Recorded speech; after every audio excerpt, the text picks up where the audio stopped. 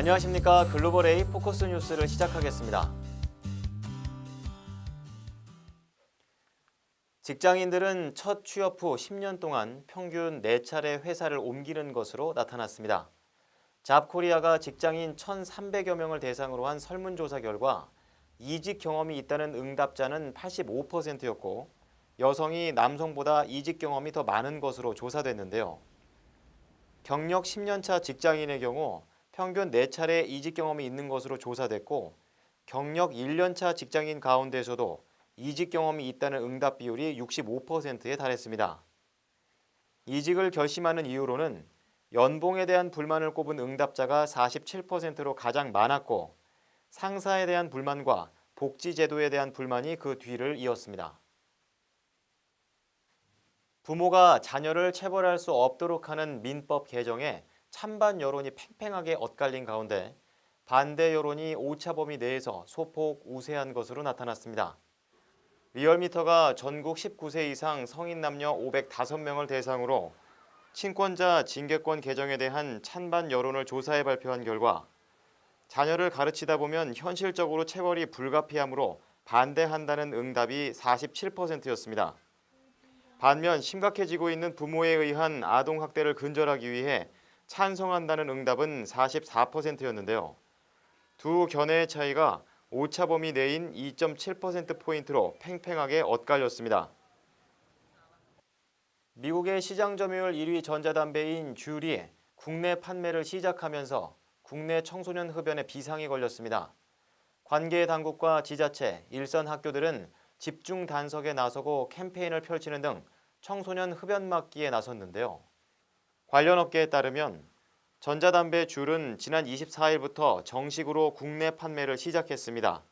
기존의 전자담배 대비 가격도 저렴하고 미국에서는 이러한 특징으로 청소년들의 호기심을 자극해 흡연율을 높인 주범으로 지목되기도 했는데요. 실제로 미국 청소년의 흡연율은 쥬리 인기를 끌면서 큰 폭으로 늘었습니다. 미국 질병통제센터에 따르면 미국 고교생 흡연율은 2017년 11.7%에서 지난해 20.8%로 1년 만에 9.1%포인트 급증했습니다.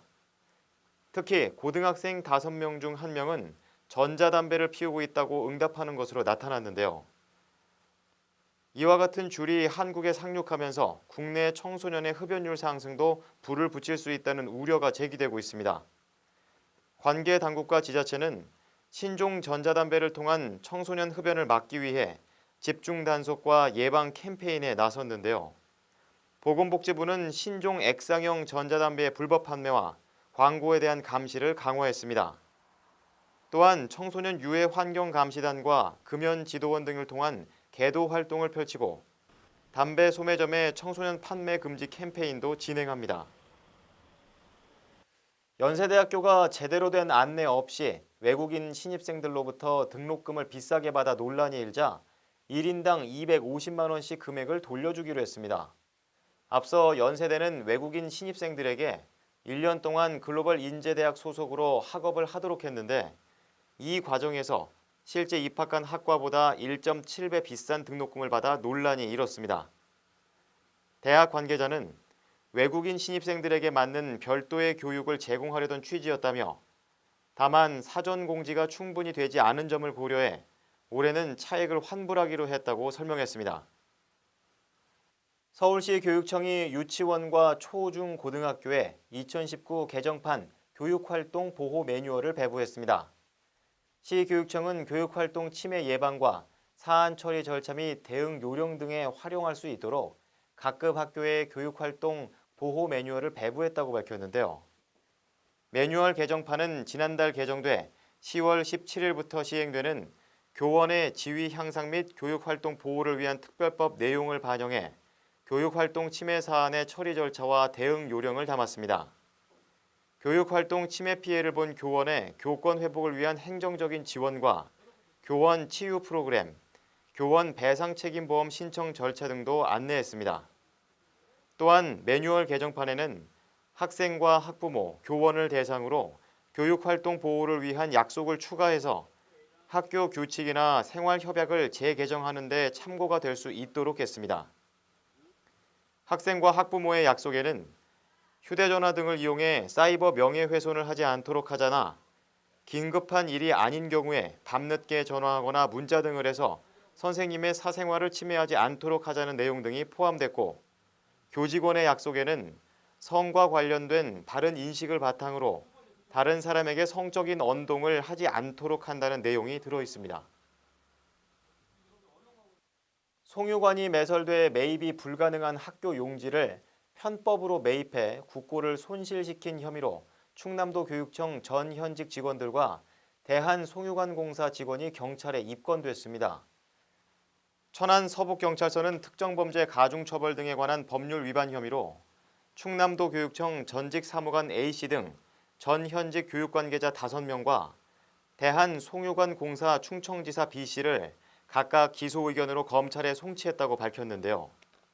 검찰에 따르면 이들은 지난 2013년 8월쯤 천안 오성고등학교의 주변 땅 5필지 중 3필지가 송유관 매설에 따른 지상권 설정 사실을 알면서도 지상권을 말소해 매입해 17억 원 상당의 손실을 입힌 혐의를 받고 있습니다. 공유재산법에는 지상권이 설정된 경우 학교 용지 등의 공유재산으로 취득하는 것이 제한되어 있는데요.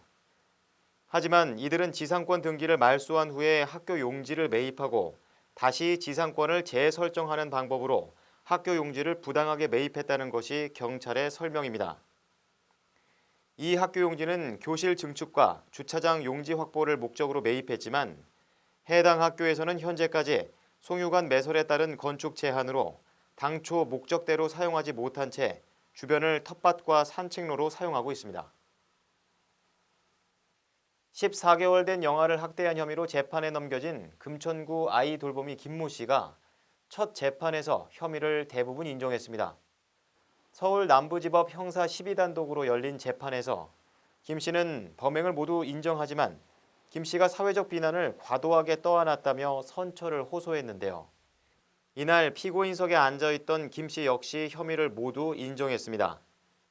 김 씨는 서울 금천구에 거주하는 맞벌이 부부가 맡긴 14개월짜리 영아의 뺨을 때리고 머리채를 잡는 등의 학대를 한 혐의를 받고 있는데요. 경찰은 올해 2월 17일부터 3월 13일까지 CCTV를 확보해 조사한 결과 폭행 34건을 확인했습니다. 김 씨는 CCTV에서 하루에 많게는 10번 이상 영아를 폭행한 것으로 조사됐는데요. 그동안 김 씨는 2013년부터 여성가족부가 운영하는 아이 돌봄 서비스의 아이 돌보미로 일해왔고, 이번 아동학대는 피해 부부가 청와대 청원 게시판에 김 씨가 아이를 폭행하는 장면이 담긴 영상을 올리면서 알려졌습니다. 충북도교육청이 수시 중심의 대입제도 변화에 따라 일반계 고등학교의 교육 역량 강화를 위한 다양한 프로젝트를 가동한다고 밝혔습니다.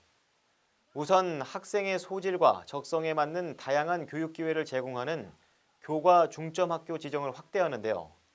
현재 도내에는 인문사회융합 중점학교를 청석고등학교가 운영 중이고, 오성고등학교와 충북여고 외 5개 고등학교에서는 사회중점학교, 음성고와 산남고, 흥덕고 등 11곳의 일반 고등학교가 교과 중점학교로 운영 중입니다.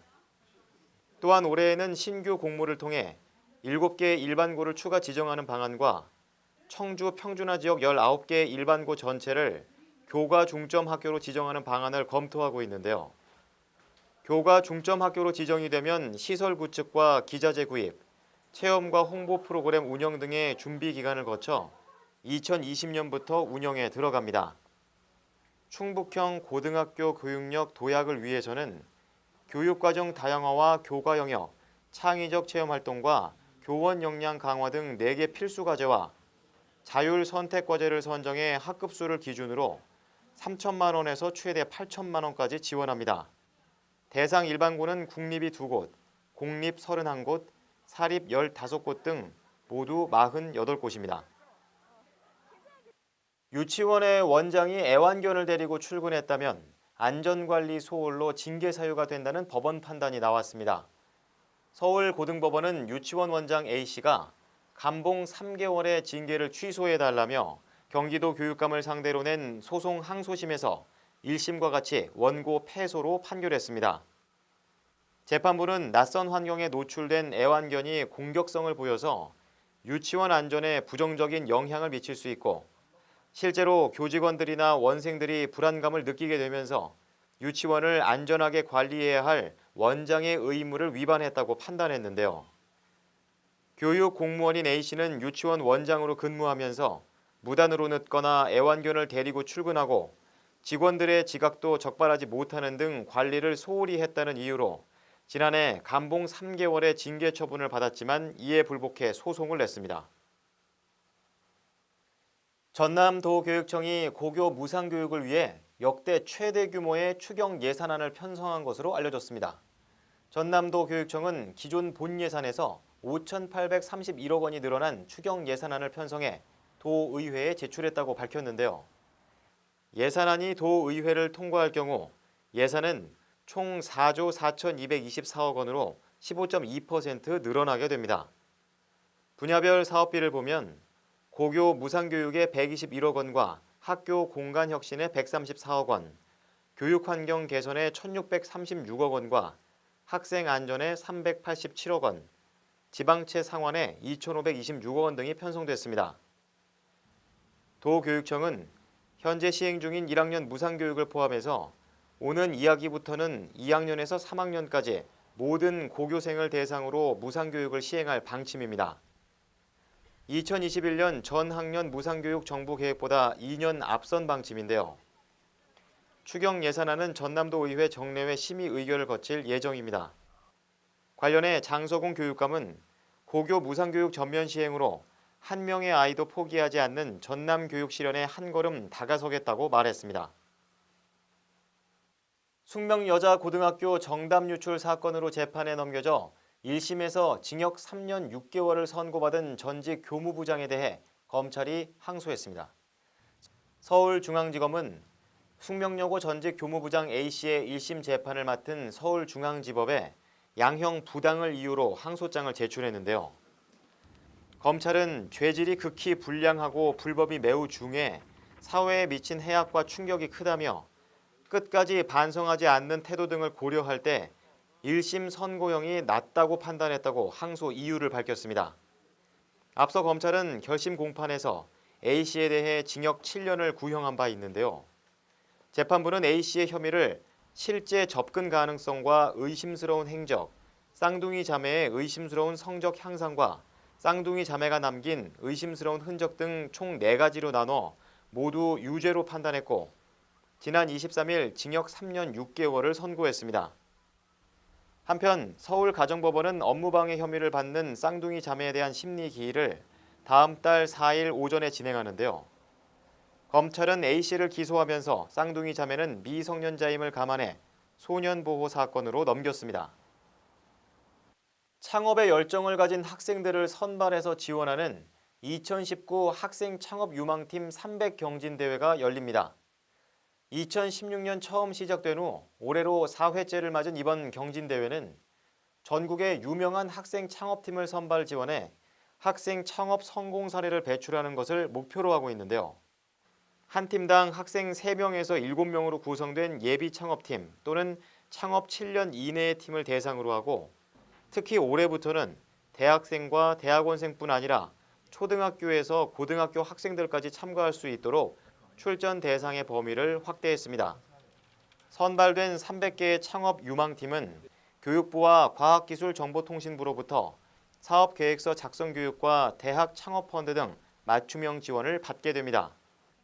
또 유망팀 중 상위 40개 팀은 9월에 열리는 본선에 진출해 다른 부처 예선을 통해 올라온 152개 창업팀과 경쟁을 치르게 됩니다. 참가 신청은 오는 6월 10일부터 7월 1일까지 온라인 창업교육 플랫폼에서 가능하고 5월 29일부터는 권역별 설명회도 열릴 예정입니다. 교육시민단체 사교육 걱정 없는 세상은 자사고의 선행학습 금지 위반 여부가 재지정평가에 반영돼야 한다고 주장했습니다. 이들은 성명서를 통해 서울시 교육청이 점검 결과를 평가에 반영하지 않겠다고 한 것은 범죄 조사는 하겠으나 처벌은 하지 않겠다는 모순적인 태도라고 비판했는데요. 이들은 지난 13일 서울 지역 자사고 9곳의 수학시험을 분석한 결과 선행학습을 유발하는 문제는 시험에 출제할 수가 없다는 공교육 정상화 촉진 및 선행교육 규제에 관한 특별법을 위반했다고 발표했는데요. 서울시 교육청은 지난 24일 교육과정을 뛰어넘는 문항 출제가 있었는지 조사를 하겠다면서도 현재 진행 중인 자사고 재지정 평가에는 이미 현장 조사까지 마무리됐다는 이유에서 반영하지 않겠다고 밝혔습니다. 교육단체 측은 발표된 평가 추진 일정은 6월까지고 실제 평가단의 현장 평가도 6월 초까지 진행하는 일정으로 알려졌다며 6월 초 현장 평가 후 조사 결과를 반영해 최종 평가를 해도 아무 문제가 없다고 주장했습니다. 한편 서울시 교육청은 6월 초까지 현장 평가를 완료하고 7월 초까지 최종 결과를 낼 예정입니다. 자신이 근무하는 학교로 편입한 아들에게 시험 자료를 유출하거나 동료 교직원의 자녀를 채용 면접 점수를 조작한 서울과학기술대학교 교수 3명이 재판에 넘겨졌습니다. 경찰에 따르면 이 교수는 서울과학기술대로 편입한 아들이 같은 과 동료인 신모 교수의 수업을 들을 계획이라는 것을 알고 2014년 6월부터 9월까지 신 교수에게 외부 강의에 필요하다며 2년치 강의 자료를 넘겨받아 3차례에 걸쳐 아들에게 전달한 혐의를 받고 있습니다. 아들 이 씨는 신 교수 담당 과목 시험을 4차례 치러서 A+ 등 높은 점수를 받은 것으로 조사됐고 검찰은 이 시험의 50에서 72%가 유출된 자료에서 출제된 것으로 보고 있습니다. 교육부는 지난해 국회 교육위원회의 국정감사 동안 이 교수와 그의 아들에 대한 각종 의혹이 제기되어 감사를 벌여 검찰에 수사를 의뢰했는데요. 감사 결과 아들 이 씨는 편입학 전형에서 7등이었지만 면접에서 높은 점수로 합격했고 아버지인 이 교수의 담당 과목 8개에서 모두 A+를 받기도 했습니다. 이 밖에 2017년 2월 조교 채용 과정에서 면접 점수를 조작해 동료 교직원의 딸에게 만점을 준 혐의로 이 학교 전자 IT 미디어 공학과 교수 2명도 추가로 기소했습니다. 두 사람은 동료 교직원 김모 씨의 청탁을 받고 이 학교 조교 채용에 지원한 그의 딸 신모 씨에게 면접에서 만점을 준 혐의를 받고 있습니다. 우리나라 중장년층 10명 중 4명은 노부모와 함께 성인기에 미혼 자녀까지 부양하는 미중부양 부담을 지고 있다는 조사 결과가 나왔습니다. 한국보건사회연구원의 2018년 중장년층 가족 이중부양에 대한 실태조사에 따르면 미혼 성인 자녀 또는 노부모를 부양하는 단일 부양은 37.8%였고 이들을 부양하지 않는 비부양은 22.7%로 조사됐습니다. 가구 소득별 이중부양 비율은 소득 수준이 높을수록 이중부양 비율도 높았는데요. 성별로는 여성 중장년층이 남성 중장년층보다 이중부양 비율이 다소 높았고 연령별 이중부양 비율은 55세에서 64세 연령층이 45세에서 54세 연령층보다 16.6%포인트 더 높았습니다. 또한 월 평균 부양 비용이 전체 가계소득에서 차지하는 비율은 2018년 17.7%로 중장년층의 이중부양 부담이 큰 것으로 나타났습니다. 게임 중독이 우울증이나 알코올 의존증처럼 질병으로 규정됩니다. 세계보건기구 WHO는 현지 시간으로 25일 제72회 WHO 총회에서 게임 중독을 질병으로 분류한 제11차 국제질병표준 분류 기준을 만장일치로 통과시켰습니다. 게임 중독은 정신과 행동, 신경발달 장애 부분의 하위 항목으로 분류됐는데요. 개정된 분류 기준은 2022년부터 적용돼 194개 WHO 회원국에 도입됩니다. WHO가 게임 중독을 질병으로 규정한 것은 게임에 대한 통제력을 잃은 개인에게 적극적인 치료와 개입이 필요하다고 봤기 때문인데요. 질병 코드를 부여하게 되면 중독 실태를 파악할 수 있고 예방과 치료에 필요한 연구가 가능해집니다. WHO는 게임 중독 여부에 대한 논란을 고려해 진단 기준을 제시했는데요. 게임을 일상생활보다 우선시하고 게임을 멈추지 못하는 등 자신을 통제하지 못하는 상태가 12개월 이상 지속될 때 질병으로 간주합니다. 국내에서는 게임 중독을 질병으로 관리하는 시점이 2026년부터 될 것으로 보이는데요. 복지부는 게임 중독 질병 지정을 둘러싼 여러 사회문화적 논란을 논의하겠다고 밝혔지만 게임 산업 주무부처인 문체부는 보건당국 주도의 민관협의체에 참여하지 않겠다며 사실상 거부 의사를 밝힌 상황이라 현재 국무조정실에서 부처 간 이견 조율에 나선 상황입니다. 포커스 뉴스를 마치겠습니다. 시청해주신 여러분 고맙습니다.